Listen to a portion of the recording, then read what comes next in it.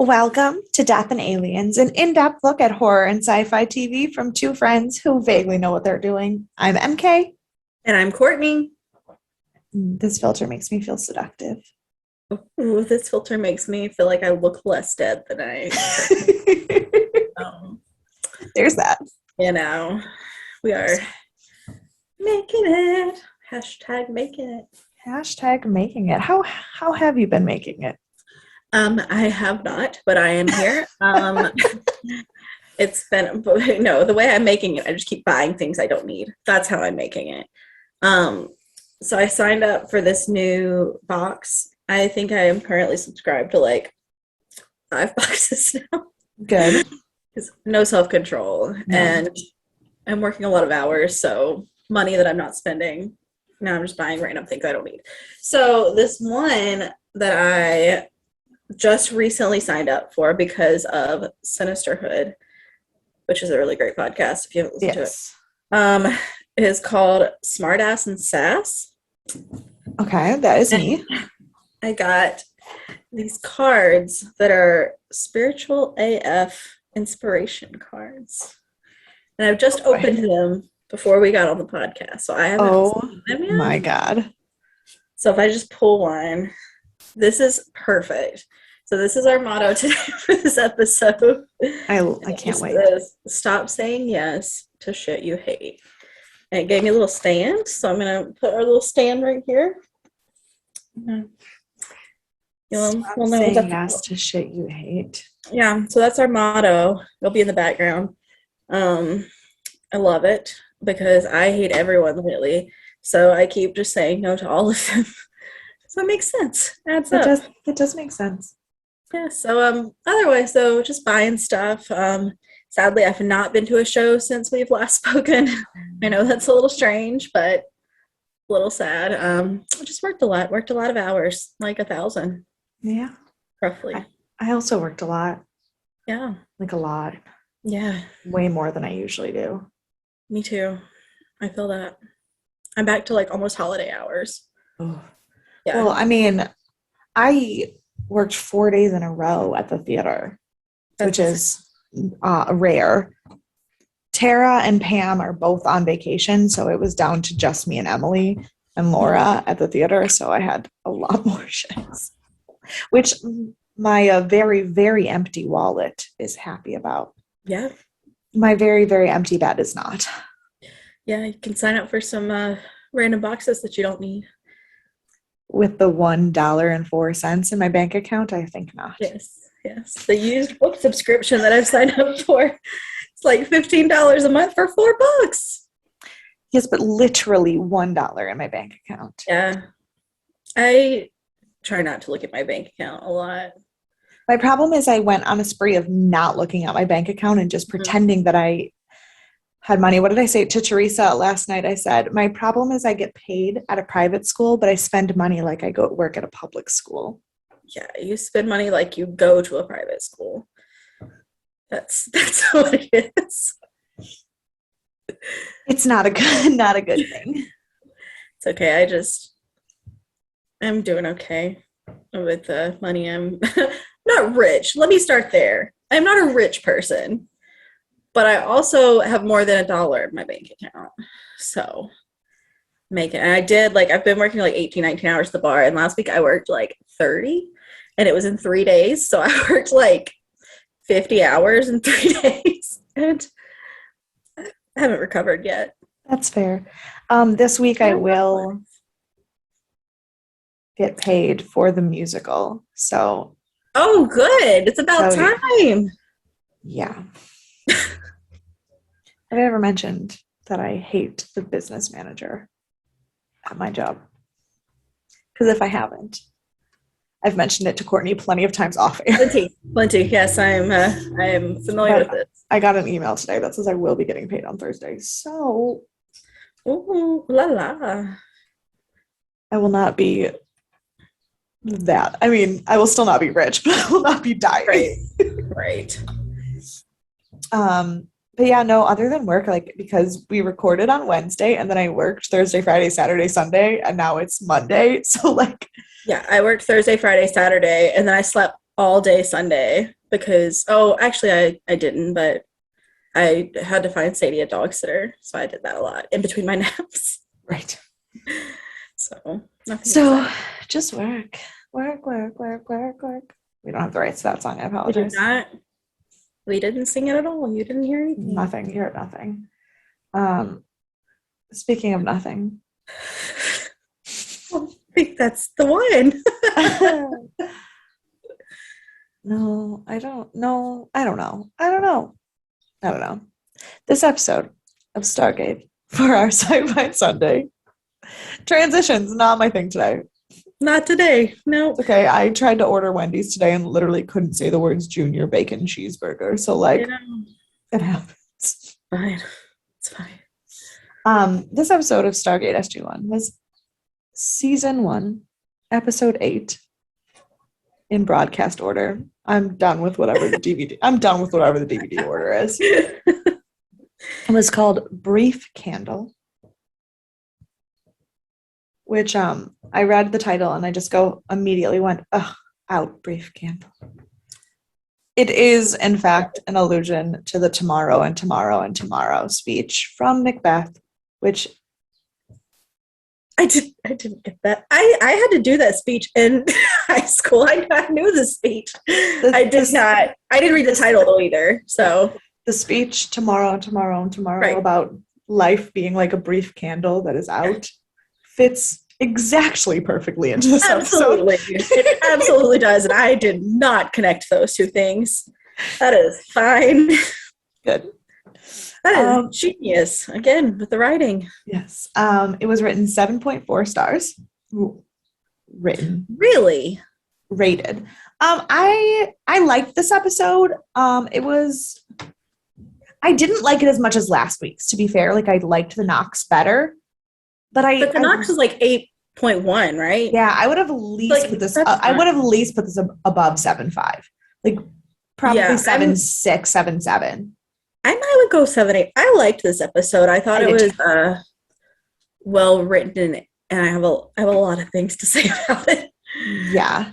Well, it was funny because one of the comments my mom made about the episode when we were watching it yesterday is that it has a very Captain Kirk Star Trek vibe to it, which of course you don't know because you don't watch Star Trek, but it's like the team solves a problem for the guy who is off being a chick magnet kind of deal.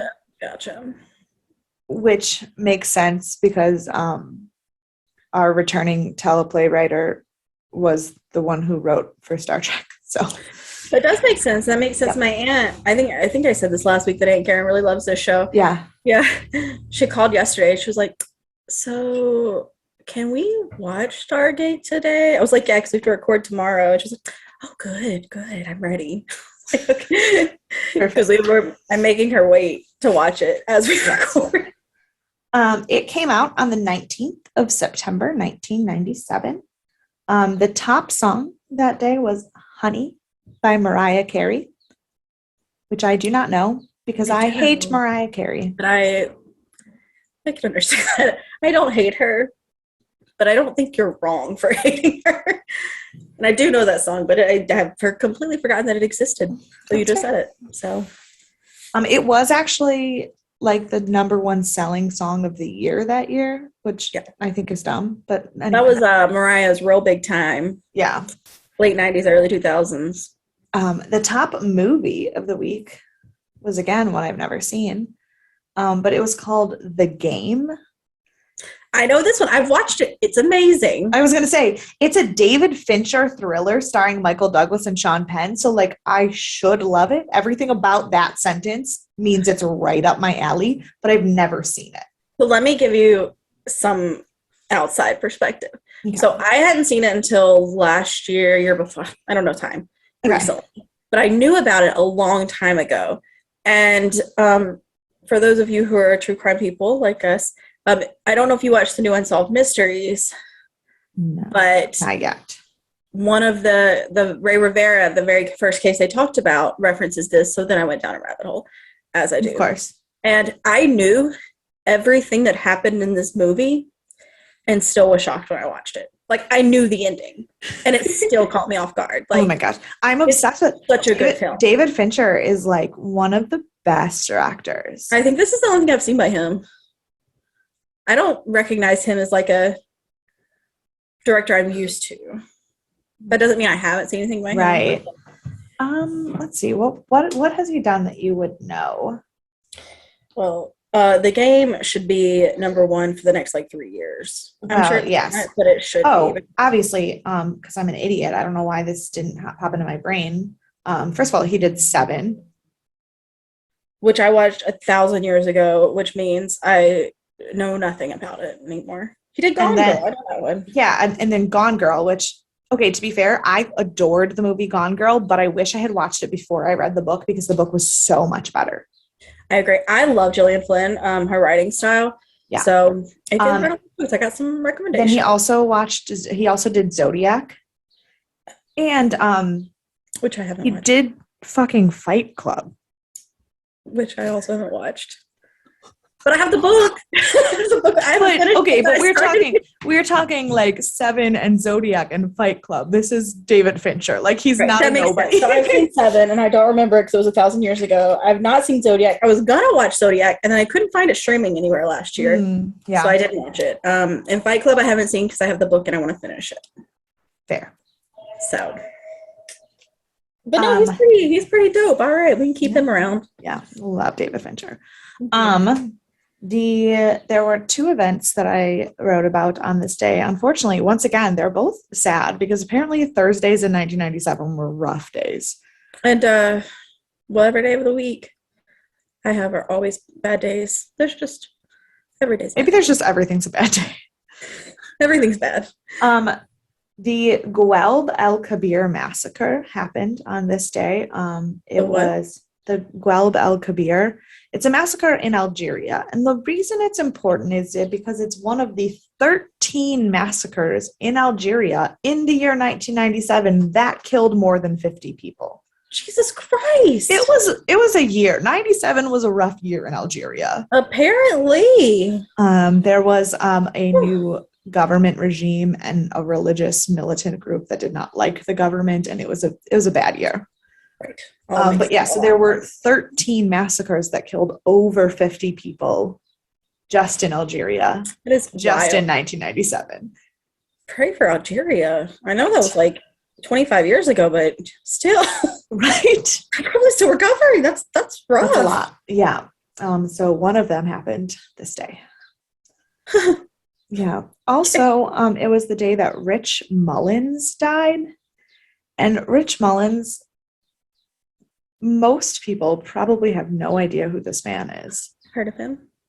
Yeah, I know you've heard of him because you and I are from that same weird sect of the people that were indoctrinated in Christian pop music as children. Yes. Which is why we know him, because Rich Mullins basically writes everything you've ever sang at church if you go to a modern Christian church.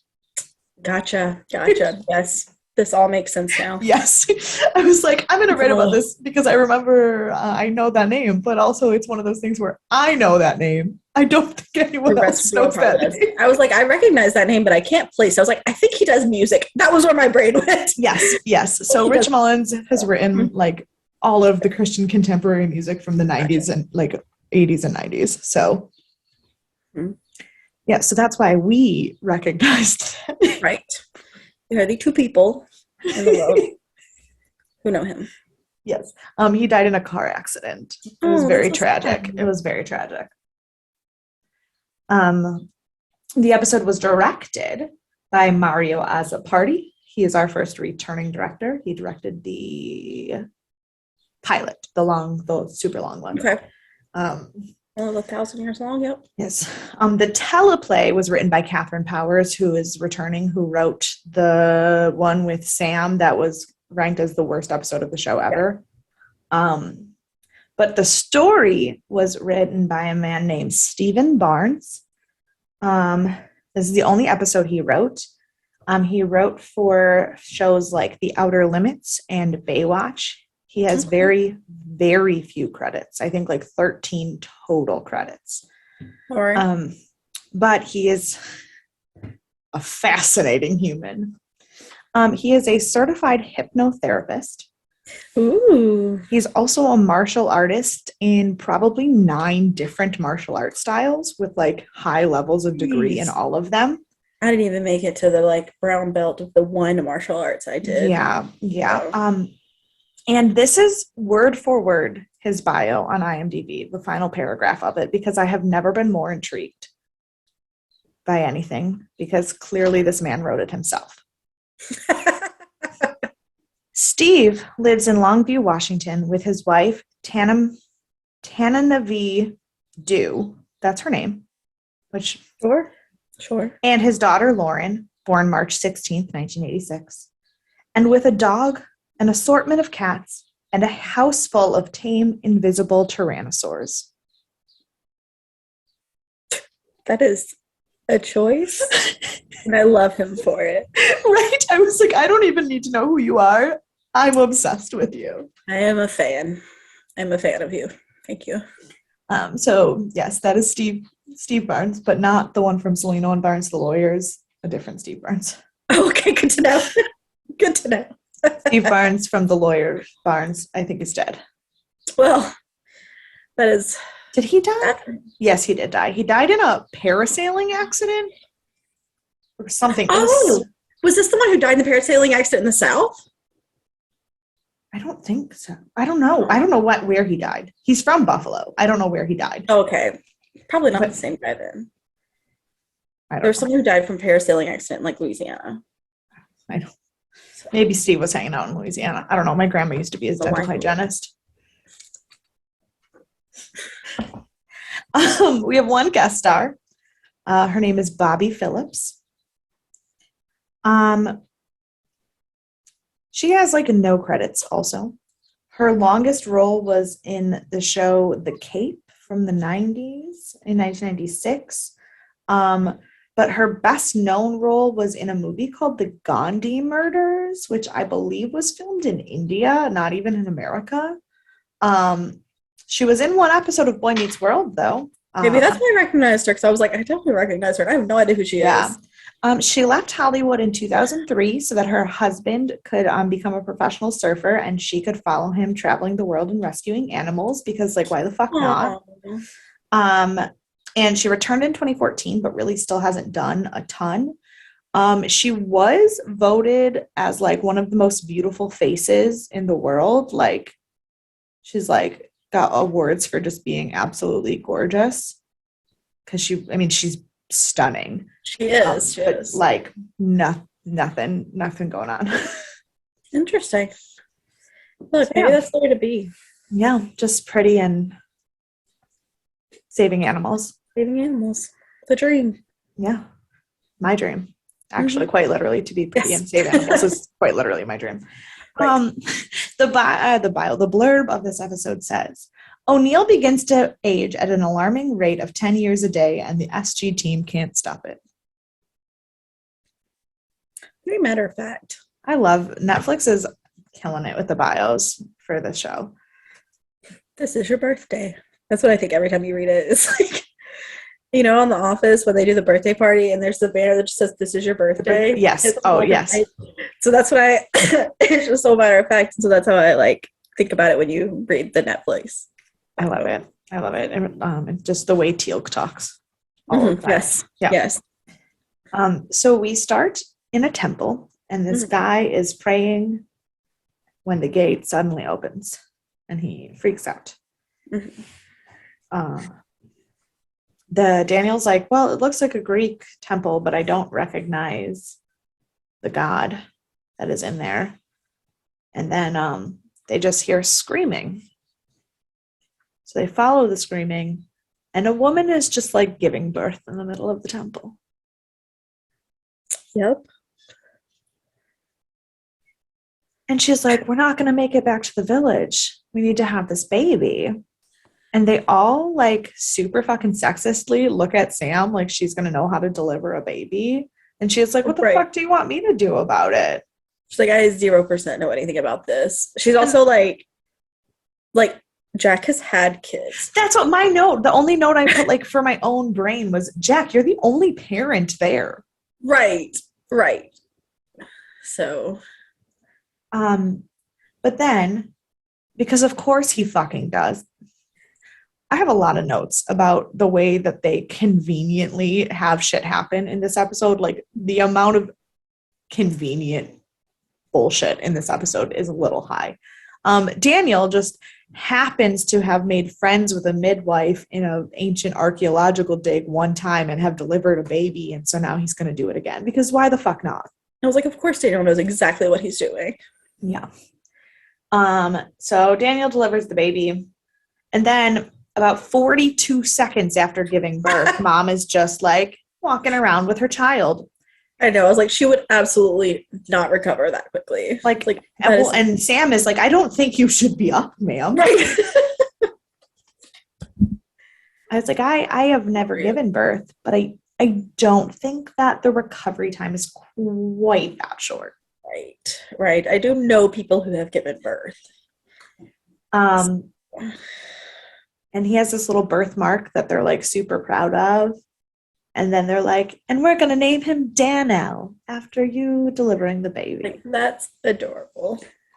I feel like the number of times where shows like this are just like, we've named our baby after you because you saved us, is like very high. Like that is adorable. No, yes. It is very much so. So they follow Danelle's parents off to the village to meet with everyone, and everyone is just young and beautiful and healthy, and Jack is like, there's something weird about this place. The problem is that he only says something's weird about this place after a girl starts flirting with him, so like he's clearly got the worst self-esteem ever. Right.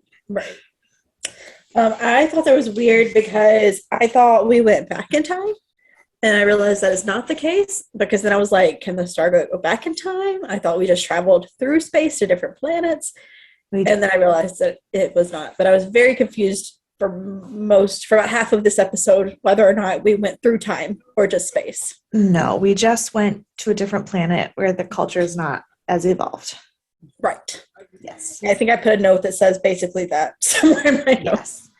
Yes. So then she like comes over and like gives him this cake, and she's like, eat this, and he's like, yeah, this is actually pretty good, here, try some. She's like, no, only for you. And I was like, no, there are drugs in that cake. If the Fae have taught me anything, you don't eat things from people you don't know. Well, and here's the thing about that moment. Literally, they were like, wow, everyone's so young and beautiful. And Jack's like, fuck this place. I got a vibe. And they're like, no, everyone's so young and beautiful. He's like, yeah, fine. You think it's paradise? Just eat that fucking apple. And then immediately eats the cake. Like he comments on the fact that he should not be eating the food. Right. And then eats the food. Mm-hmm. Yeah, I don't. And then I don't know what the next line was, but it was something Teal'c said. And it was wonderful because my note just says Teal'c cracks me up. I'm sorry, I don't have a note from Teal'c. But he does also crack me up. So man, it was good too. I was like, I'll definitely remember this tomorrow. He said something about the good gold. I don't know if that's the one you're referring to. No. Because I had a reaction to that. No, I don't remember what it was, but it was basically, oh, yes, I do. It was when Daniel was like making fun of Jack for being like flirted with by this girl. And Teal'c like said something awkward matter of the fact. He was like, I think that woman would like to spend time with O'Neill. Oh. I was like, yeah, that's it. That's what she wants. Yep, I think that is what she would like. Yep. And then Jack is getting weird, was my note about his vision starts to get all funky after he eats the cake. Yeah. And all the girls kidnap him for a belly dancing show, ? Did you watch Midsummer? No. I got major Midsummer vibes this entire episode. And obviously it came out like That's the weird cult one, right? Yeah. Okay. Yeah. A lot of similarities. Oh, cool. Cool. I hate that. It was a decent movie. No, I've heard it's terrifying. It's weird. Yeah. I didn't recover well because it was weird, not because I was scared. Fair. It was one of those things that just kind of like stuck in my head. And I was like, I can't function now. That makes sense. Yeah. And then Jack is carried off with this lady into a tent. Because why not? Mm-hmm. And the guy who had the baby, who we get his name at some point in this episode. I literally never learned it. I didn't either. He says to Daniel, each man is given from his creator 100 days. So why not make the most of it? And Daniel was like, well, this is going to be a long celebration. And I was like, excuse me, sir, I'm pretty sure he's saying that you only have 100 days to live. Right. He's like, I guess we should pace ourselves. I was like, yeah, because everyone's going to die. Right. I thought that was kind of clear. It was not clear to Daniel, who knows how to give birth, but not understand English. Right.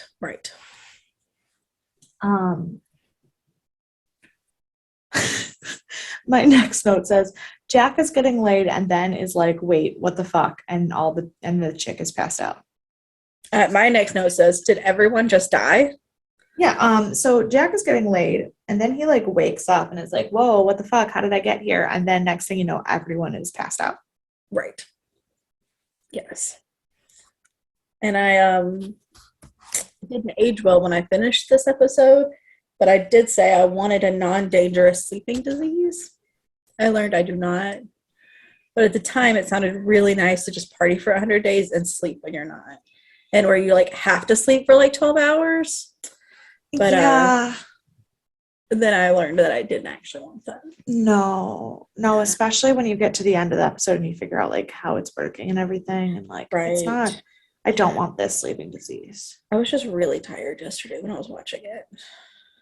Fair. So the whole village is asleep and everybody's like, weird. But then Jack also falls asleep. Mm-hmm. And I was like, well, obviously he ate the weird cake thing. Duh. Right. I thought it was drugs. I thought it was drugs too. Then later we find out that like the cake wasn't even part of it. It was just to get married. Right. The cake just got them married. Like the sex is why he got the disease. Right. Don't have sex before marriage. Oh, well, I guess he was married. Damn it. Don't eat marriage cake. Don't eat marriage cake. Anyway. So the next morning, everyone's like up and normal, and Jack's like, I have the worst hangover of my life. He looked miserable. So then they're trying to figure out what's going on. So they go back to the temple to do some exploring and figuring it out. And we learn from the guy that they believe that Pelops will return and reward them for being the chosen people. And Daniel's like, well, how do you have like written records? And he's like, what is writing? I was like, oh, that sounds like my middle schoolers. What is writing? And this is when I was like, oh, they're not actually ancient Greek. They're just not evolved yet. Yeah. He was like, what is writing? And Daniel's like, these things on the statue. And Teal'c's like, no, that's gold. And Daniel's like, why the fuck didn't you tell us that before? He's like, you didn't ask. Yeah. And this was such a cool effect, I thought. I loved it. I was very impressed. Like, it moved, like the rock words or whatever moved so seamlessly. Mm-hmm. I thought, so Teal just like impressed. presses some kind of secret code on the buttons, and then this thing comes out, and it's like a tablet with all the information, and it just like keeps changing, like it's flipping pages, but it's just a rock, and it's pretty sick. Yeah. And then it's a record book, but Teal'c can't read it because it's like an ancient Gwelb dialect, which means that the Gwelb have not been there in quite some time. Yeah. Then we go back to the village, and Sam finds the lady who had the baby yesterday and was like, oh, like I got this rattle for Danielle. And she's like, give it to him yourself. And she's like, where is he? And she's like, right here. But it's like a 4-year-old child. I was like, that is not a baby, that is a toddler. Yeah. Whew, all right. And Sam is very confused. And then we find out that everyone only ages in days. They don't know what a year is. And the mom is only 21 days old. That's 3 weeks. That is not very long. You already had birth, like pregnancy and birth, and you're only 3 weeks old. That sounds miserable. I hate that. But then we find out that Jack has the virus. How did we find out that Jack has the virus? Because Is this the next day? Next day. Yeah. Oh, yeah. So then there's another day and he's aged more. No. It's still the same day. Teal'c and Daniel read some of the record book and were basically like, everyone only lives for 100 days and there's some kind of disease and I think you got it. Yeah. I feel like it's like the sleeping disease. It's like you hear it and you're like, oh, that's fine. I can sleep a lot. But it's like as bad as the dancing plague, where it's like, oh, that sounds like it's not that terrible. When like that's probably one of the worst things in the world. Yeah. Where you just can't stop dancing for days until you die. So I would actually rather have a sleeping disease than a dancing disease. Absolutely. For sure. So Jack's gonna age super rapidly. He is also gonna rage. He's also gonna rage. And so he sends them back to Earth to figure it out. And so they take some blood samples from the chosen people and from Jack, and they take them back to Dr. Fraser. Dr. Fraser goes through everything, and she says that the reason Jack is so sick is because he already had a head start, like on age-wise. So the virus is like worse because of where the age of his DNA already is. So then they come back to the planet, and Jack has aged quite a bit more. And Sam is... Oh, go ahead. No, that hasn't happened. Sam is very baffled, and she just keeps staring at him. And he says one of my favorite lines. I wrote a lot of Jack quotes this episode, but Jack's just waiting for her to talk to him, and he goes, "Don't keep the elderly waiting. It's rude." And I was like, oh, God, Jack. He is really living it up as an old person.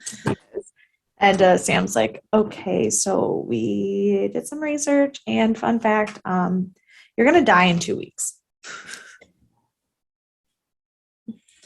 Okay. Right. Fantastic news, really. So Jack sends everybody back to Earth. He's like, leave. And Teal'c's like, no, I will stay. And he's like, I don't want your company. Leave. All right, Jack. So stay out with Cynthia. Well, because he's like, I don't want to bring the virus back. I don't know what it is. I don't know how it spreads. I'm not going back to Earth with you. But like, you can't solve the problem here. So go. Right. So they do, and they're doing some research and stuff, and then they find out that it's actually not a virus, but nanotechnology in his bloodstream. And this is where I have some things to say. Well, this is where I have my second note about the convenience bullshit. Fair. But this is also what I expect from watching a sci-fi show, where it's like, this is something that could theoretically happen because it's just technology has advanced more. So it's like, that's kind of scary. I don't want a conspiracy spiral, but this is something that could actually happen. Which is probably why you liked this episode so much. Probably. I know. Very the epitome of sci-fi for me. I'm very, very into it being nanotechnology and the way that it worked and the way that they solved it and all of that stuff. I'm all for it. Mhm. What I'm not all for is Dr. Fraser, who is literally a military doctor. Not from Seattle. Correct. But Dr. Fraser, who's literally a military doctor, who is probably the smartest person on the show. Like, to be fair, the way that Dr. Fraser has been able to solve things and the things that she knows about the human body, she's probably the smartest person on the show. Right. She has no knowledge of nanotechnology whatsoever, despite the fact that nanotechnology has only, at this point in time in the 90s, ever been used for medical purposes. Right. She knows nothing. But Sam just happens to have worked on nanotechnology in the Pentagon. Just, casually. I was like, fuck that. No, like, make Dr. Fraser the hero. Absolutely. But she can't be. She's not part of the team for real. I was mad about it. That's fair reason, though. But the reason I was so mad was because that was the second time in one episode that somebody just casually happened to have the information they needed for no reason. Right. It's like, guys, The show does like to do that sometimes. Write better. I've noticed. Write better. Mm-hmm. We did say we were starting to get behind the writing, and the stories are getting more creative. But like, fix your plot holes better. Right. The storylines are getting better, but they're not solid yet. No, they're still having like, oh, we wrote ourselves into a corner, so somebody's just going to have knowledge that they don't. Right. So we go back to the planet Pelops, and no, that's not the planet. That's the god. I don't know what the fuck. That's the god, and I want to ask: is this a god that the Gwelb has now taken over again, like Apophis? I've never heard of Pelops. The Peloponnesians. Oh, yeah. That I've heard of. Yes. Yes, thank you. I was like, I don't know. The statue figures weren't quite exact, obviously, because the Gwelb changed some things and everything. But yes, Pelops is like the ruler of the Peloponnesians. Yes. Oh, okay. Gotcha. Yeah. So we're back on the planet, and Jack is being all depressed and moody and ragey and angry, and then it turns out that Kintia keeps trying to talk to him. And he's like, why won't you leave me alone? And she's like, well, because we're married. And he was like, the fuck we are. She was like, you ate my marriage cake. And I was like, that's a weird sentence that I would like never hear someone say again. Right, no. So then he just gets angry and starts yelling the truth at her. Because that's a healthy relationship. Right, yes. And she decides that he's lying. Which, to be fair, if somebody was screaming at me in anger about things that they thought I should understand, I'd probably also be like, I don't trust you right now. Right. Then we go back to the Earth. Go back to Earth. And they're trying to do more experiments with the nanotechnology, and the nanobites just start to like straight up eat through Sam's rubber gloves. That scene was freaky, actually. Like, that was really well done. It was the way the gloves crumbled. It was visually pretty spectacular, actually. Yeah, this has been the best visual episode, I think. So, like with like intricacies, I guess. Yeah. So they're like, oh shit, these things are kind of changing and evolving a little bit. Mm-hmm. Yikes.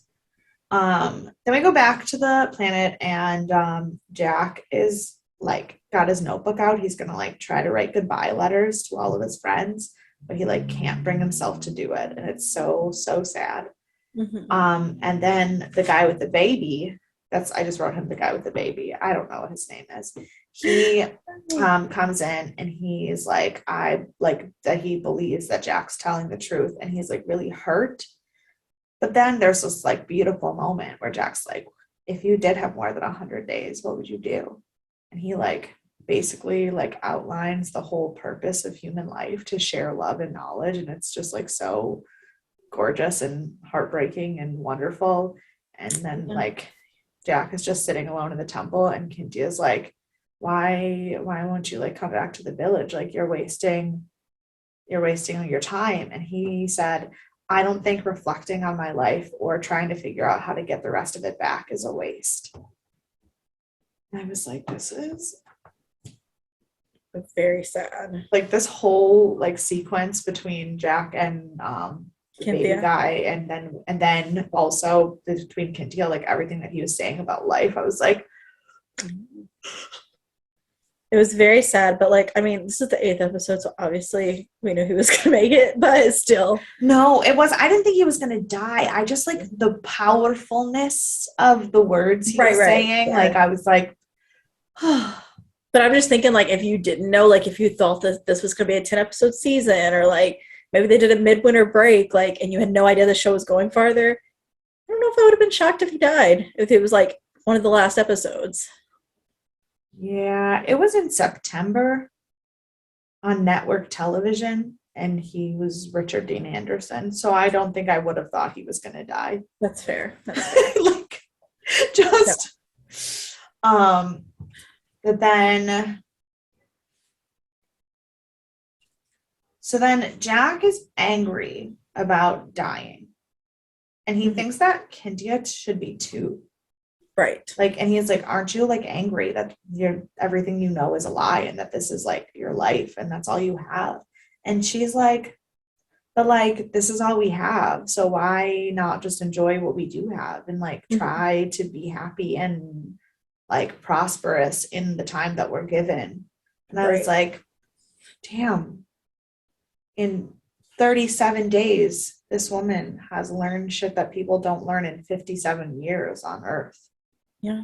And that prompted me to think about, like, would you rather live 100 days, but they're just like pure bliss and happiness and celebration? Or would you rather live 100 years, but have to go through all of the trials and whatnot that we deal with every day?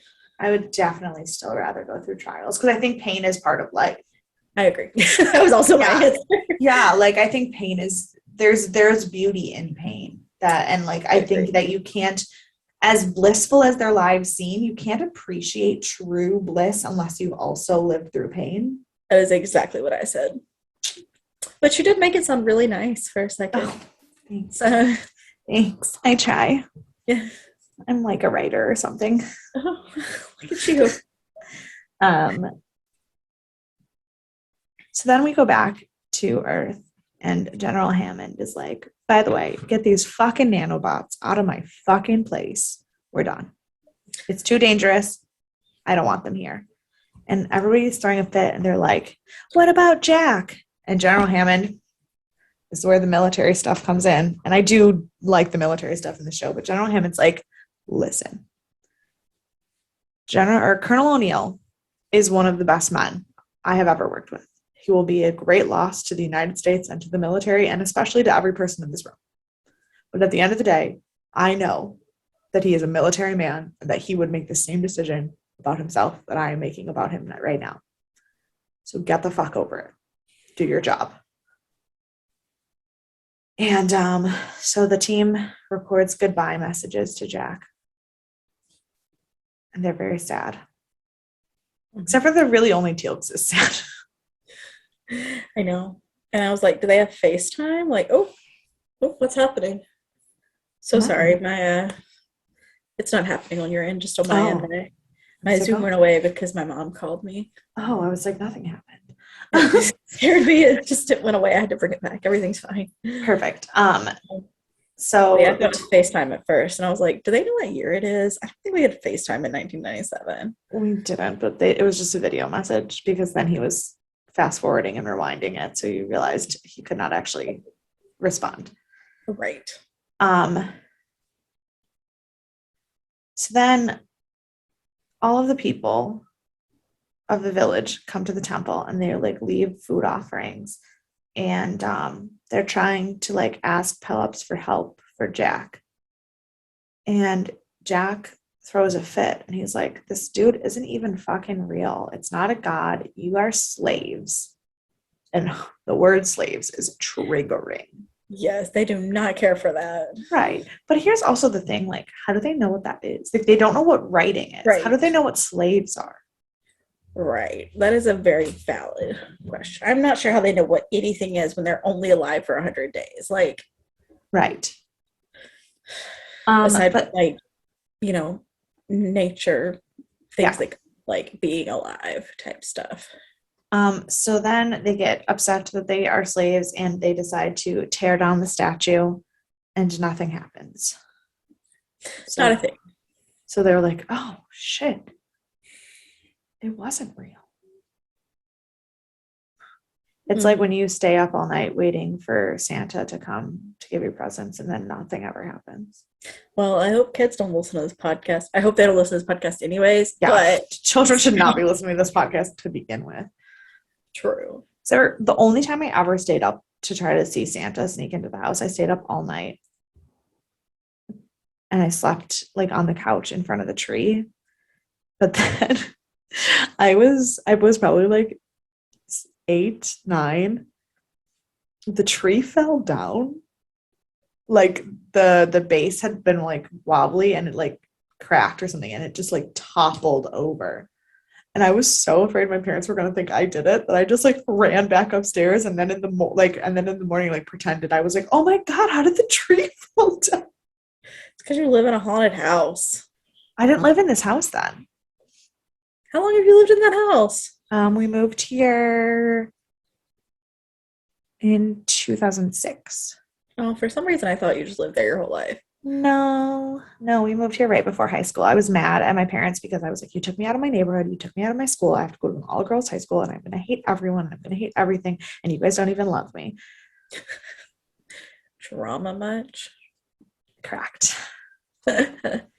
Oh. But so then like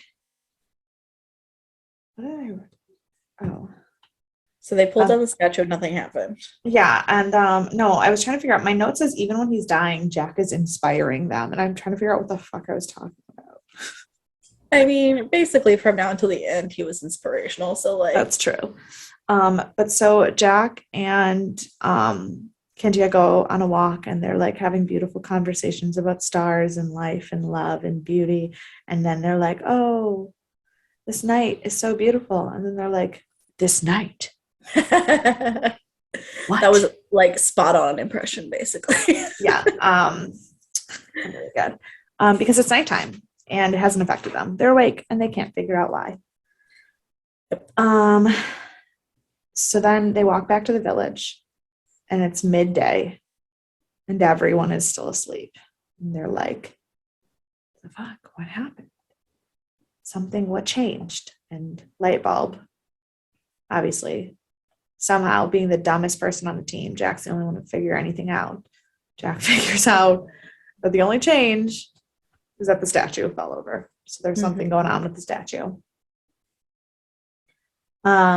So he calls the team back and they show up in full hazmat suit.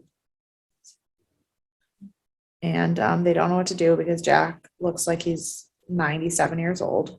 He looks like he is at death's doorstep. Yeah. And they do some weird signal thing with their own technology to replicate the signal that the Gwelb had that controlled the turning on and turning off of their life, basically.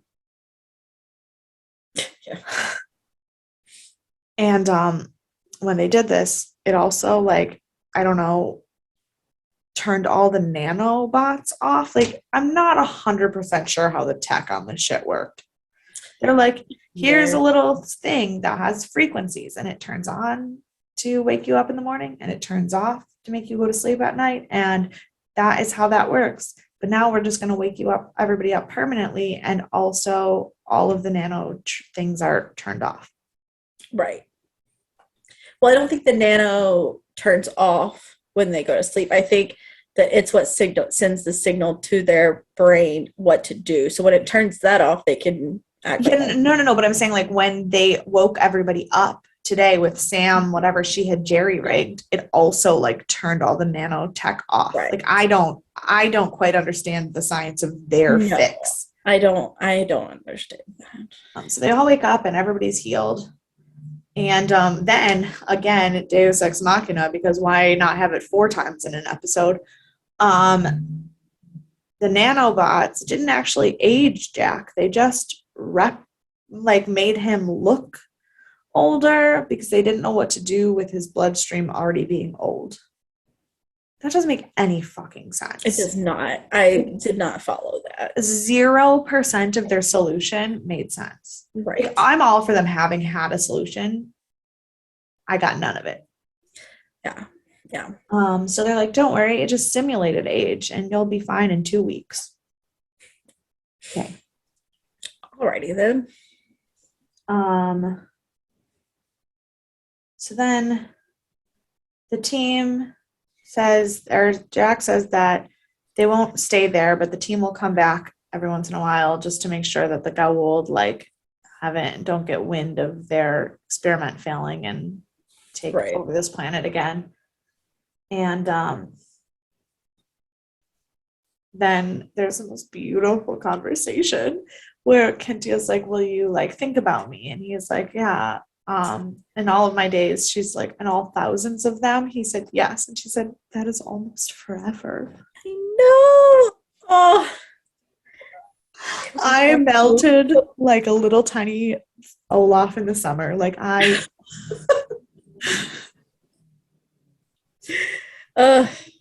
was beautiful.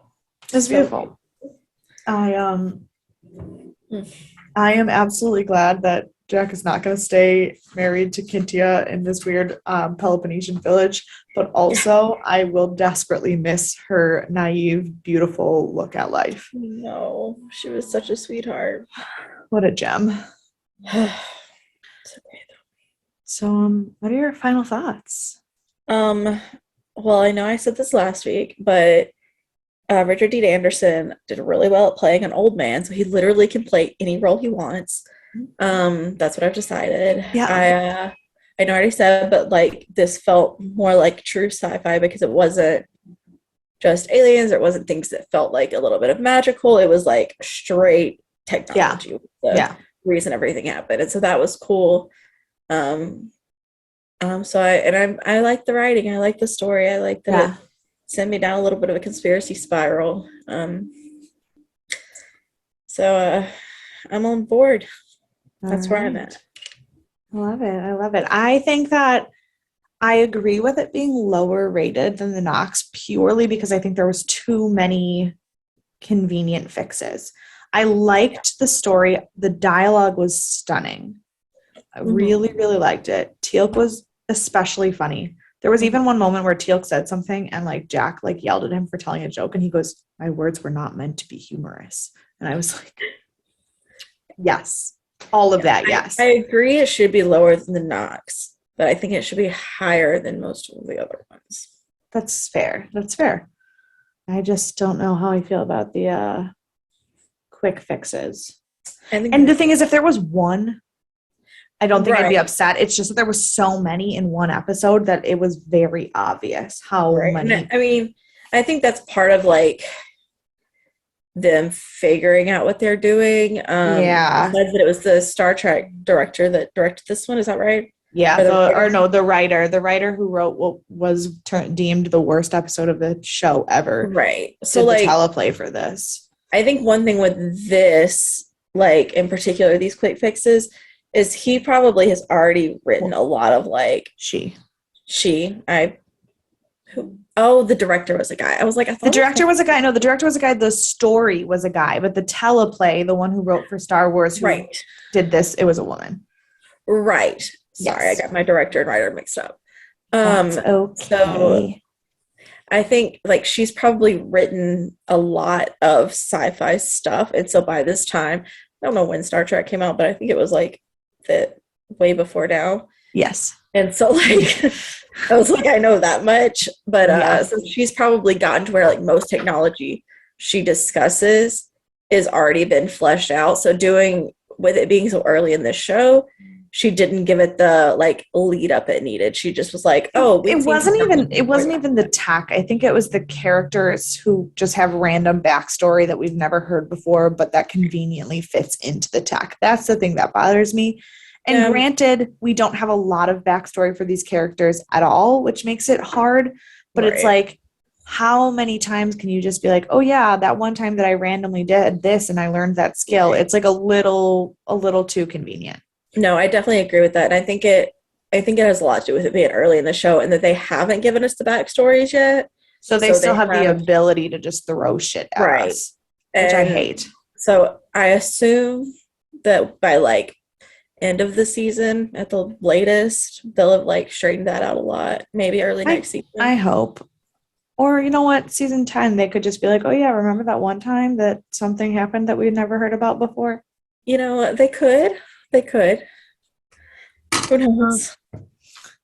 who would you like to punch? Pelops. I mean, yeah. He enslaved this entire group and made them die in 100 days. I mean, I guess it's technically the gold, but still.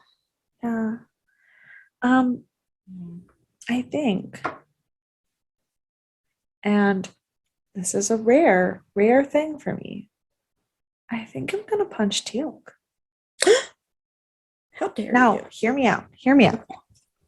I understand Teal'c's matter of factness. I get it. But y'all are literally on a mission to try to understand what the Goa'uld are doing in other planets. And there's Goa'uld writing in this room. And you just happen to not mention it until after somebody was fucked.